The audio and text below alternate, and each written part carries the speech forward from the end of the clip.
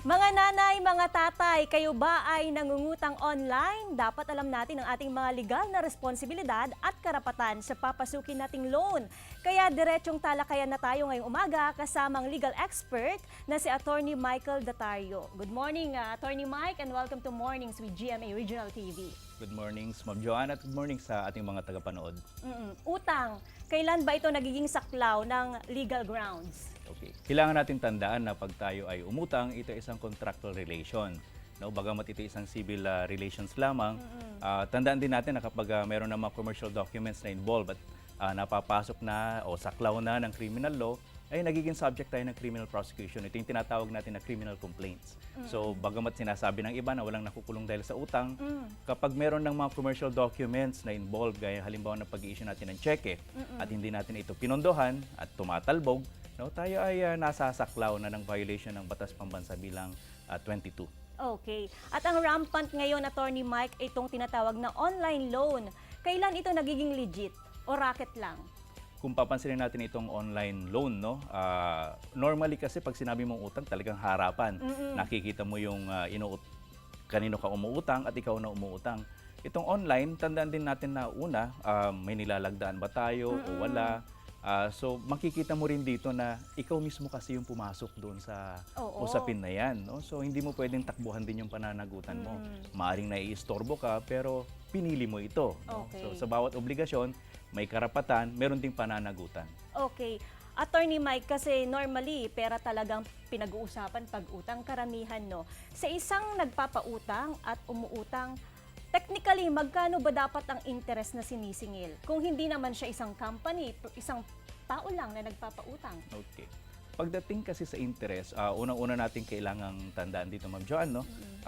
Para makasingil ng isang nagpautang ng interest, kailangan ito ay nakasulat at nilagdaan ng taong umuutang.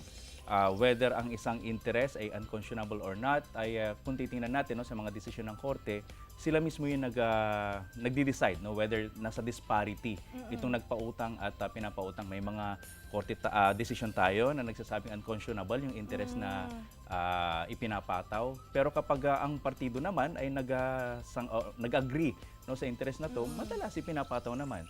Kapag ang isang desisyon naman ay lumabas at may forbearance halimbawa, no, kasi normal interest is 6%, ang forbearance ay 12%, no, ito yung mga normal na sa mga desisyon na ipinapataw ng korte. Pero kapag between the parties, as long as it is not unconscionable, pinapayagan ito ng ating mga korte. Okay. Kalimitan kasi, utang kalimutan, lalo na kapag maliit yung inutang na pera.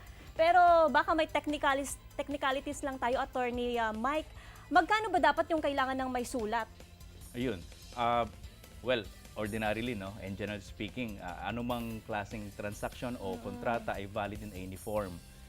Bagamat lagi natin sinasabi na for the protection ng isang nagpapautang, ibang-iba kapag nakasulat ng ating transaksyon o pinag-usapan. Dahil syempre kapag hindi nagbayad yung ating kausap, magpapadala ka ng demand letter, eventually iakyat mo at iahabla mo siya sa korte, ibang-iba na makikita ng husgado na ito yung inyong pinag-usapan para hindi na mabaliktad pa o talikuran ng taong umutang sa iyo. Saka importante, Attorney, meron kang hawak na ebidensya. Minsan Ibang-iba. kasi kapag through conversation lang, harap kita, hihingi ka, tapos siyempre kung hindi mo naman na-record yung pag-uusapan, anong ebidensya mo? Kung sa text pa pwede, di ba? May trail ka eh. We cannot always trust our memory pagdating sa usapin. Okay? Ibang-iba na nakasulat talaga.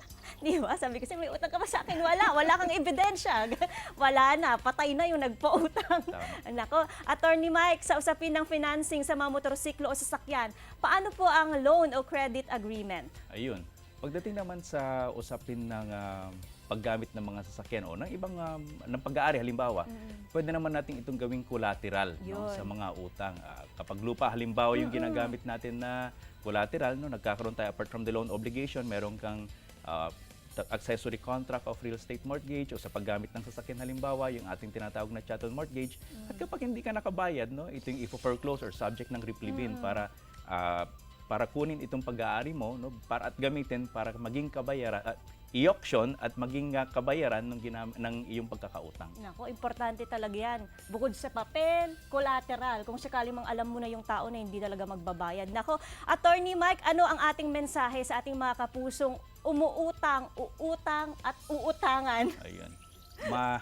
napakaganda sana na ma-emphasize natin, no, na sa bawat obligasyon, lagi ko nga sinasabi, merong pananagutan at meron ding karapatan.